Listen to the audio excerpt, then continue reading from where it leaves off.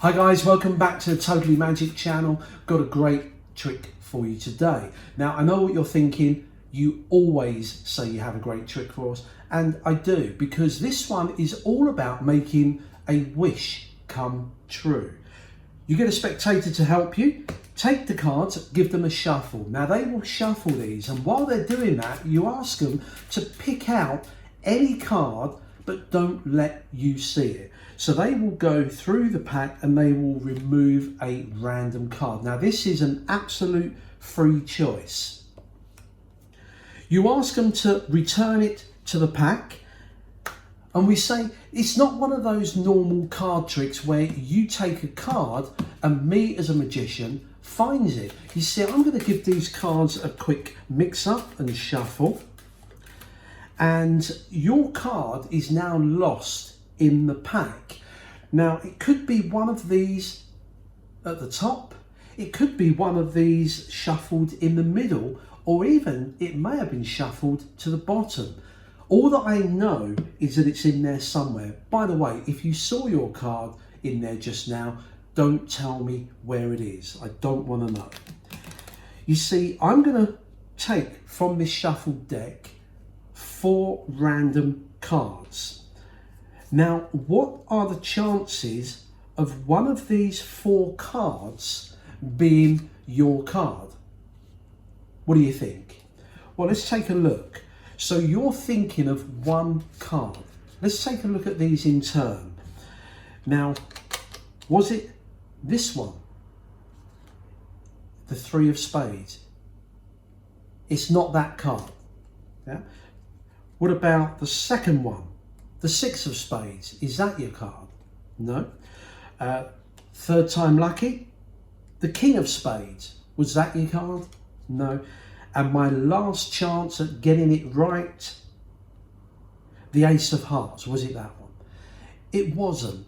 Okay, so you can see the chances of me finding your card randomly is almost 0. But wouldn't it be good if you could wish for this to be your card? Instead of it being the ace of hearts, that it's your card. What I want you to do is to make a wish. In fact, it's probably quite difficult to wish that this is your card because you can see that it's the ace of hearts. But what if I turn it over? That way it's easier for you to imagine and wish that this is your card. Also, if I lose this in the pack, it's easy to know where your card is because it's the only one with the blue back. But you're going to wish that this is your card. All right. Now you've already said that these other 3 are not your card. The king of spades, the 3 and the 6. So we can eliminate those. The ace of hearts you said wasn't yours, but I told you to make a wish. Wish for that to be your card. Now in the real world, wishes don't come true. However, you're in the presence of a magician. I want you to wish that to be your card. For the first time, tell me and everyone around what the card is you've wished for. The King of Diamonds. Being a magician, your wish will become true. And there is a great little card trick. So here is the tutorial for this particular effect. Now it does use a regular deck of cards, but it does involve some handling. Okay, be aware of that. But as I always say on my videos, when you see a magician teaching a trick and they say use this particular sleight of hand, remember, you don't have to. Try and work out a way that you can do it that you're comfortable with. So if someone says, oh, get a card to the top, do a double undercut. Now you may look and think, I don't even know what a double undercut is, and I don't even know how to do that. Then think of your own method of getting a card from somewhere to the top of the pack. It's that simple. So without further ado, how does it work? Well, the cards are regular. They do get to shuffle them, and that's what I like about this trick. There's no pre-setup, there's no stack, no particular fake cards. It's regular deck. You can even borrow the cards and you get them to shuffle. Now I do like to get them to shuffle and for them to pull out a card so they 100% certain they're getting a freedom of choice. So in this case, they've chosen the Jack of Spades and they keep that to themselves. You take the pack back and remember, I need to get their card to the top. That's it. Now the way that I do this is when somebody puts the card back in, I hold a break like that and then I just do a cut. That's it. You've cut the cards and you talk about their card being in there somewhere. Now, sometimes, I don't always do this, but sometimes I will give it an overhand shuffle, but a controlled one. And all I do is I shuffle, but I slide off the top card, which remember is their card. Yeah, I slide that off, do a regular overhand shuffle, then I do another one, picking up the back of the pack, do a shuffle, making sure that the last card goes on top because that is their card. You don't have to do this, but it does convince them that they've been shuffled. Now the next part, you've probably seen me do this a lot on my videos. So for those regular viewers, you know I do this quite a lot. I sometimes like to pick up the pack, push off a block, because I don't want them to see their card here. I push off a block, hold them up and say, now your card could have been shuffled near the top or near the middle or even at the bottom. If you saw your card, don't tell me. Now by me saying this, I'm convincing them that their card is in there somewhere and that they may have even seen it. I know they didn't see it because I hid it at the top, okay? But it's a nice little convincer. So I say to them, now if you saw your card, don't say a word, but we know it's in there somewhere. I then pick the pack up and I'm going to pull out 4 cards. Now these really are random cards. So just go through and pull out 4 cards. Now this next move is I pull the 4 cards out and move forward with them so people's eyes are on these, and at the same time I push across the top card. I then casually just throw them on top and then put them down on the table. Look how neat that is. I've now added their card to the bottom. Okay, so I do that again. I pull these out and I say, what's the chances of one of these cards, these 4 cards, being your card? As I put the pack down, I grab these. They've seen me pull out 4 cards and put them on the table.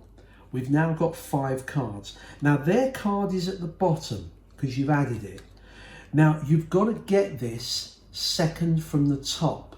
Now the way that I do this, if you watch the routine, is I hold the cards in a biddle grip. That's just your finger at the front, thumb at the back, and pull off cards one at a time. 1, 2, 3. The 4th one is actually 2 cards as one. Okay, 4. By the way, in the routine, I didn't even count them. I just casually show the cards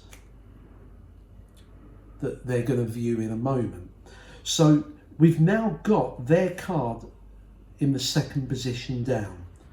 If you don't like that move, then you just do something like this. Just spread the cards like this and maybe just put this on top. There's 2 cards there.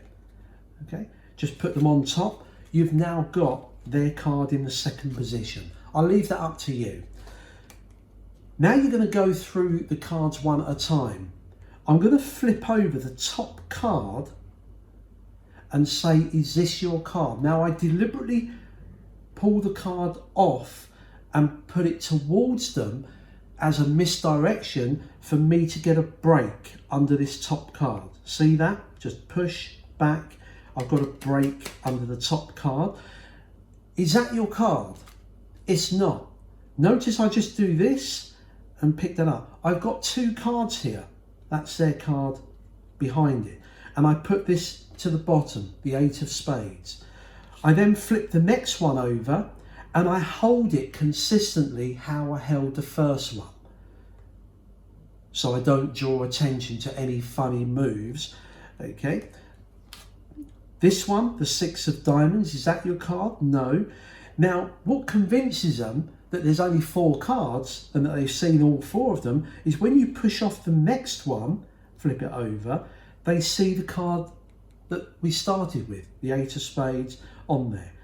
Now, their card is now reversed here. You pull this one off and you say, was it the 10 of hearts? No. So you say to them, wouldn't it be good if you could wish that to be your card? And to make it easy for you to wish that this is your card, what if I turn over the 10 of hearts so we don't actually get confused and see it? We'll wish that this blue card here is your card. I then push this in, but I want it to go second from the bottom. Okay, so second card from the bottom. And all I'm going to do is what's called a buckle. I just pinch the card to make a gap. If you can't do that, then just spread it and push this in like that. But it's got to go face down in the second from the bottom position. Now that leads me on to my move, which is the Elmsley. Now I will leave a link to the Elmsley count directly below this video. A lot of people say they can't find it. It's in the description directly below this video. You can click on that and there's a 3 or 4 minute tutorial I do on the Elmsley. But you can search YouTube, there's hundreds of tutorials on Elmsley. I then perform an Elmsley, but I don't count the last 2 cards. As you know, in an Elmsley count, the top card is seen at the end as well. I don't want them to see that. So I just pull this off like that, push off the next block. They see their apparent card that we just flipped over. And then I just put these on top like that. I don't actually go through the rest of the count. Hope that makes sense. If you watch the tutorial on the Elmsley, you'll see that. So we've done that. We then push forward this card. This is their card. This is the Jack.